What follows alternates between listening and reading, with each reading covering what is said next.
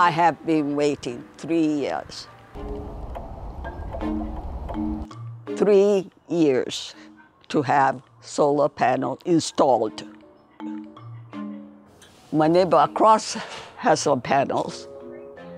The ones that already have solar panels, they just pay $18 a month. I paid almost $395, almost $400. They said that the grid is full, and I just have to wait, and so I'm still waiting. Hawaiians have some of the highest electric bills in the country, and so they have rushed to install photovoltaic, or PV systems, onto their rooftops so they can make their own power. We're not just talking about saving the planet here. We're talking about saving ratepayers from being held hostage by the utility companies. The American public wants solar energy. I don't care whether you're in Oklahoma, New York, California, or Hawaii. Whatever's happening in Hawaii is going to happen on the mainland. It's just a matter of when. Nationwide, Hawaii is on the forefront of solar adoption, and other states are watching to see how HECO, Hawaii's main utility, reimagines its business. We don't have the luxury to look at another state and say, how was it done there? And instead, we sort of had to figure it out on our own. The traditional utility circuit, power starts off at a substation and flows power one way to each home that we serve. And the challenge is the grid was designed to handle the power flowing in one direction, but now it's going back and forth between our customers' rooftops back into the rest of the grid.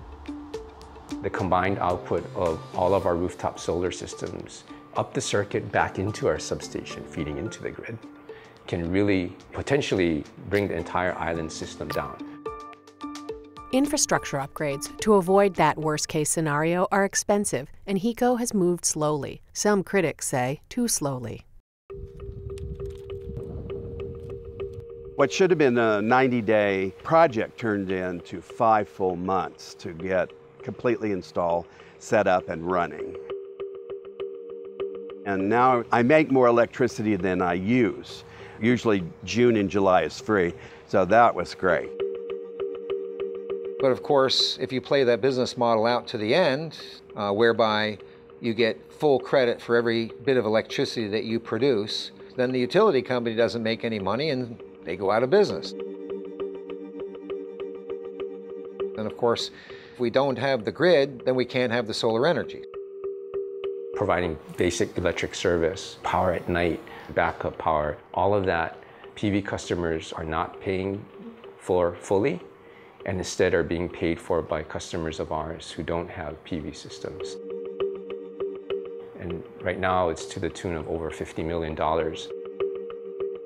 Hawaiian Electric wants to cut the rate it pays customers for their solar energy in half so that solar customers will be paying their fair share of overall service costs.